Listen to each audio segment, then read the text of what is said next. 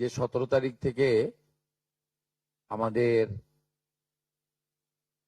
তৃতীয় পর্যায়ে অন্নপূর্ণা যোজনার টাকা অ্যাকাউন্টে ট্রান্সফার শুরু হবে। আমাদের যারা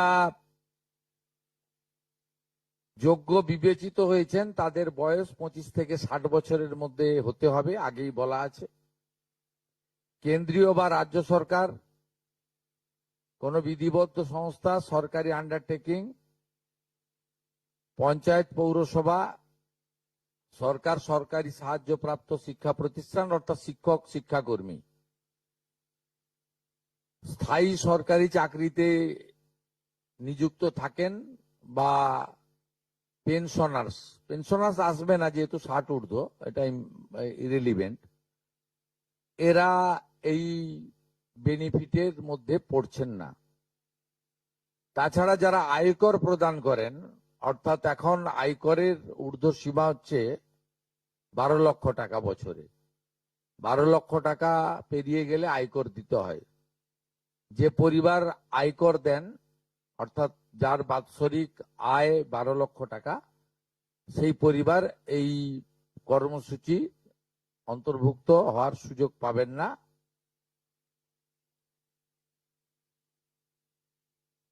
এবং যে মহিলা নিজে 10,000 টাকার বেশি নিজে উপার্জন করেন মাসে,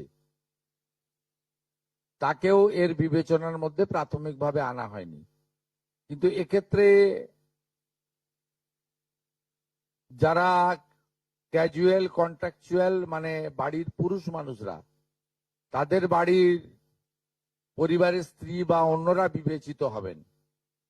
যদি কোনো মহিলা, এটা একটি নারী অর্থনৈতিক সশক্তিকরণের স্কিম, সেক্ষেত্রে যিনি সরাসরি নিজে 10,000 টাকার বেশি উপার্জন করেন তাকে বিবেচনা করা হবে না।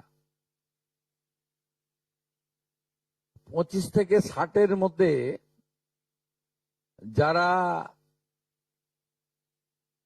3,000 টাকার কম ভাতা পান, ধরুন উইডো পেনশন 1,500 টাকা এই মাস থেকে হয়েছে, গত মাস পর্যন্ত ছিল 1,000 টাকা, তাদেরকে হায়ারটা দেওয়া হচ্ছে, 3,000 টাকাটাই দেওয়া হচ্ছে অন্নপূর্ণা যোজনাতে। এই ধরনের যত স্কিম 25 থেকে 60 মহিলাদের রয়েছে, যারা 3,000 টাকার কম পান বিভিন্ন ভাতা, তাদেরকে 3,000 টাকার অন্নপূর্ণা যোজনার ভাতাটাই দেওয়া হচ্ছে। এক্ষেত্রে দুটি ক্ষেত্রে আমরা শিথিল করছি। একটা হচ্ছে দিব্যাঙ্গ ভাতা যারা পান তারা দুটো ভাতাই পাবেন।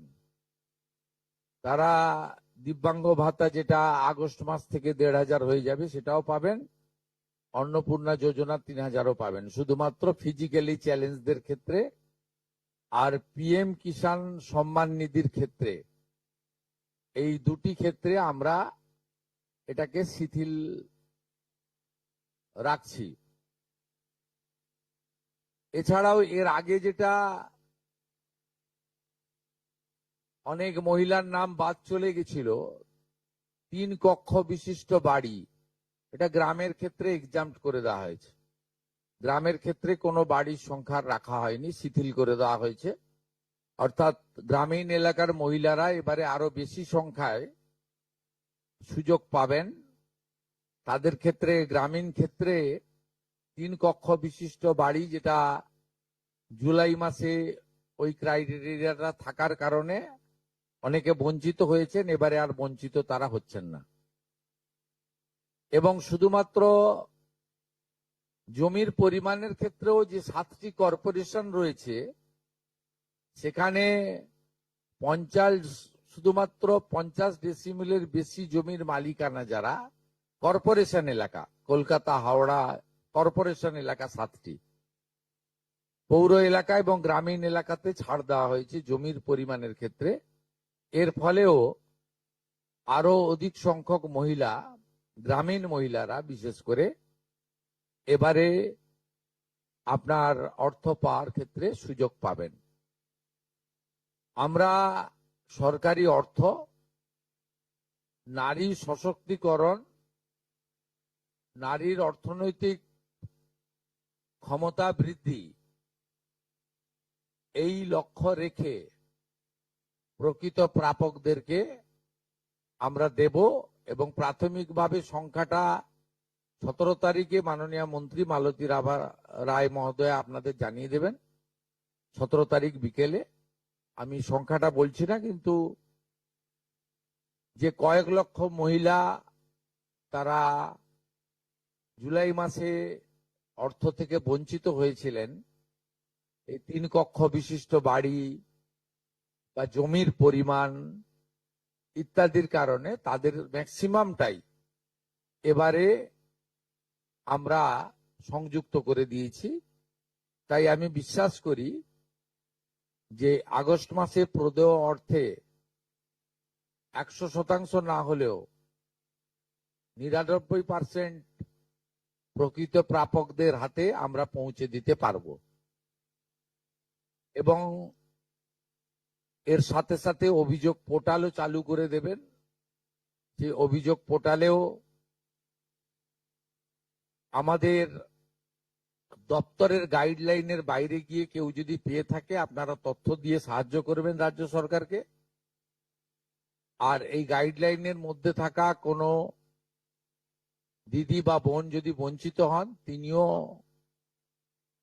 আপনারা আবেদন করবেন এবং এটা কন্টিনিউয়াস প্রসেসের মধ্যে থাকবে। এবং আমরা বিশ্বাস করি আগস্ট মাসে যে তালিকা হবে এই তালিকা আপনারা সবাই অ্যাপ্রিসিয়েট করবেন। সরকারি কর্মচারীর ক্ষেত্রে তো যে স্থায়ী সরকারি কর্মচারী তিনি পাবেন না, আমি সেটা বলছি না স্যার, মানে তার স্ত্রীকে মানে পাবে কি? ক্যাজুয়াল পার্ট টাইম এরা পাবেন তো স্যার। আমি সরকারি কর্মচারী বলছি না। যারা যারা ক্যাজুয়াল কন্ট্রাকচুয়াল পান, নট পার্মানেন্ট, তাদের পরিবারের ক্ষেত্রে কোনো বার নেই, সবাই পাবেন। পার্মানেন্ট কোনো আমি ক্যাটাগরির কথা বলবো না। পার্মানেন্ট যিনি করেন, পার্মানেন্ট চাকরি যিনি কেন্দ্র বা রাজ্য সরকারের, তিনি পাবেন না।